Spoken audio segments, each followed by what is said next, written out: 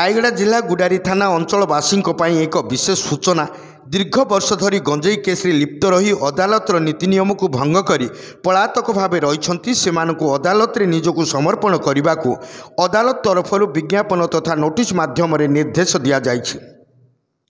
जदिओ पलातक बा फेरार आसामी एक मास मध्य अदालत बा कोर्ट निजक समर्पण न करती ताहेले कोर्टर निर्देश अनुजाई तांकर समस्त संपत्ति जबत कराजिबो बोली रायगड़ा एसपी श्री हरीश विशी निर्देश में गुडारी थाना तरफ खैरागुड़ा मराठीगुड़ा ढेंडुगुड़ा लंडालक्ष्मीपुर सहित चंद्रपुर थाना बीजापुर पंचायतर सुरेशी एवं पद्मपुर थाना अंतर्गत सुंदरपुर ग्रामर संपृक्त आसामी घरे नोटिस टंगा जाइथिबा भारप्राप्त थाना अधिकारी गुडारी श्रीमती समर्पिता स्वाई एक सांबादिक सम्मेलन में सूचना देइछन्ति।